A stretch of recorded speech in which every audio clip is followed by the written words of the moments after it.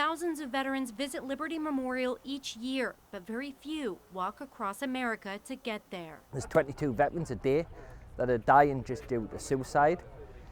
And we need to make this aware, and we need people to stand up and say, listen, I might have a problem, I do need help. 6 veterans, 3 from Britain and 3 from the US, are finding healing through helping others. I'm technically classed as homeless, and if it wasn't for this charity, I wouldn't be here today.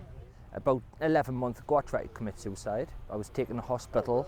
Luckily, I was seen by a doctor who was a reservist, and he knew about the place where I'm living.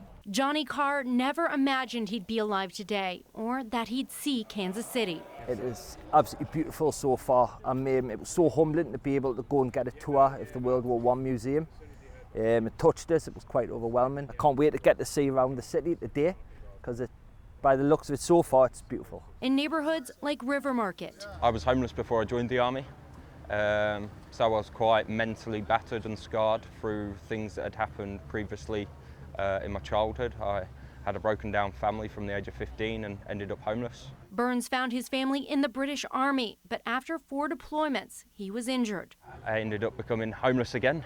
I struggled with alcohol addictions, drug addictions, gambling addictions, and obviously homelessness.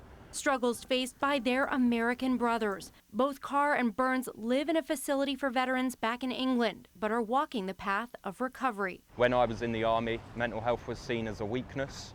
Even now it's seen as a weakness. We need to change the way that people perceive this. Mental health isn't a weakness, and it's something that needs to be stopped.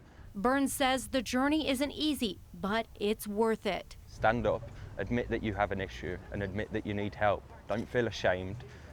You're no different to me. You're no different to the rest of the guys that are walking on our team. And together we can help each other.